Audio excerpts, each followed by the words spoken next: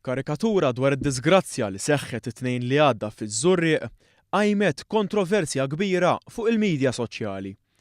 Il-karikatura iffirmata minn Burlo pinġiet liż-żewġ vittmi fuq id-double decker f'sitwazzjoni li ħasdet lil bosta li fissruha bħala nuqqas ta' rispett lejn il-vittmi u lejn qrabathom.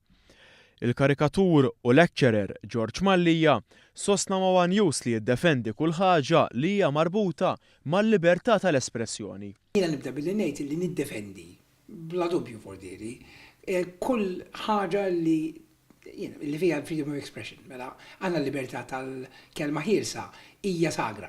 Niddefendi il-cartoonist illi għandu dritt illi jagħti opinjoni tiegħu dwar xi ħaġa li qed tiġri madwarna. Madankollu, Dr. Mallija qal li l-karikatura kienet waħda b'saħħitha ferm u li jidher biċ-ċar li l-intenzjoni warajha kienet li tinħoloq provokazzjoni.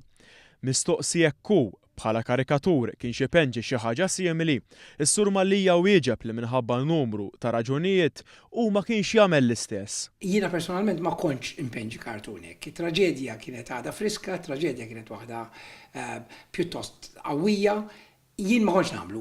Dr. Mallija żied jgħid li s-sitwazzjoni fuq il-midja soċjali kienet waħda ironika fejn għexieren ta' persuni li ħaduha kontra Burlo saħansitra spiċċaw huma stess jagħmlu użu minn lingwaġġ ta' mibeda biex jagħmlu il-punt tagħhom.